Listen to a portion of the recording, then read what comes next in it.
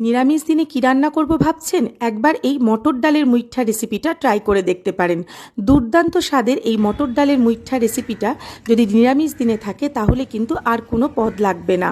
চট করে একবার ভিডিওটাতে চোখ বুলিয়ে নিন, যে দেখে নিন আমি কিভাবে মটর ডালের মুইঠাটা বাড়িতে তৈরি করেছি।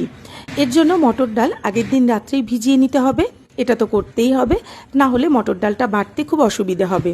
আর হ্যাঁ, একটা টিপস এক্ষেত্রে, যে মটর ডাল যখন বাটবো তখন কিন্তু এর মধ্যে কোনো জল থাকলে চলবে না, মানে সম্পূর্ণ জল ঝরিয়ে নিয়ে মিক্সিতে এটা বাটতে হবে। এখানে সারা রাত ভেজানো মটর ডাল নিয়ে নিয়েছি, তারপর সেটাকে মিক্সিতে দেব।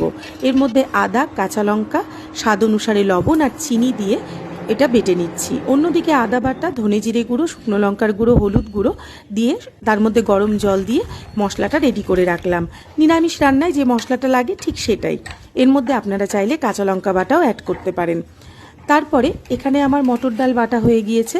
তারপর মুঠোতে করে এটাকে আমি শেপ দিচ্ছি। শেপ দেওয়ার কিছুই নেই, ঠিক মুঠো করে যেমন আমরা রান্না করি সেরকমভাবে, তবেই তো এর নাম মুইঠা।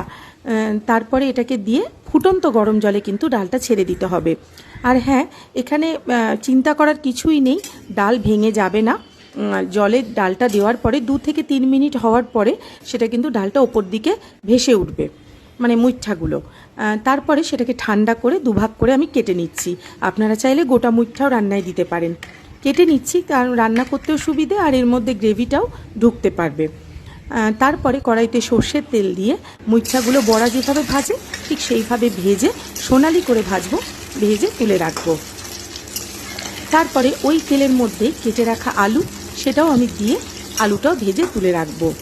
আর এই রান্নায় যে ফোড়নটা দিয়েছি সেটা তেজপাতা, গোটা জিরে, ঘি আর শুকনো লঙ্কা। এখানে আলু আমার ভাজা হয়ে গিয়েছে, আর তেজপাতা, গোটা জিরে, হিং আর শুকনো লঙ্কা দিয়ে ফোড়নটা দিলাম। আর যে মশলাটা রেডি করে রেখেছিলাম, আদা, জিরে গুঁড়ো, ধনে গুঁড়ো, শুকনো লঙ্কার গুঁড়ো, হলুদ গুঁড়ো, সেই মশলাটা এবার এর মধ্যে আমি দিয়ে দেবো।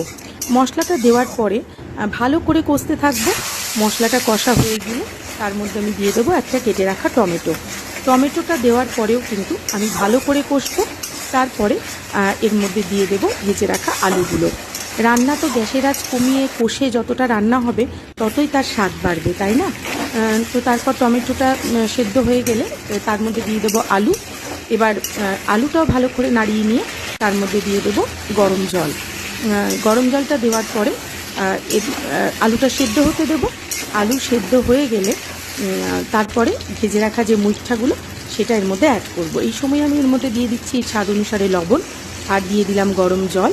এরপর আলু সেদ্ধ হয়ে গেছে, দিয়ে দিচ্ছি ভেজে রাখা মুইঠাগুলো।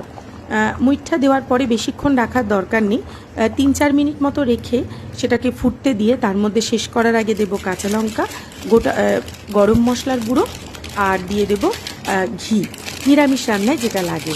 ব্যাস, এটা দিয়ে কিন্তু তৈরি হয়ে যাবে দুর্দান্ত স্বাদের মটর ডালের মুইঠা।